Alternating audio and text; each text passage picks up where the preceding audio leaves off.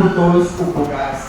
So, in modern, karon ng mga panahon in present time, so, ang social work, daghan na dyan kaayoy na-engage.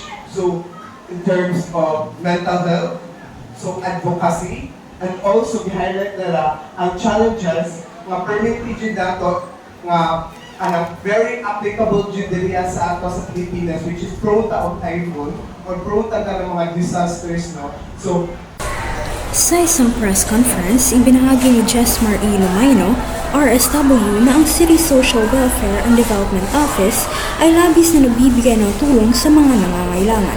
Sinasabing marami nang natulungan ng social worker sa mental health at nagbibigay din sila ng advocacy at awareness sa mamamayan.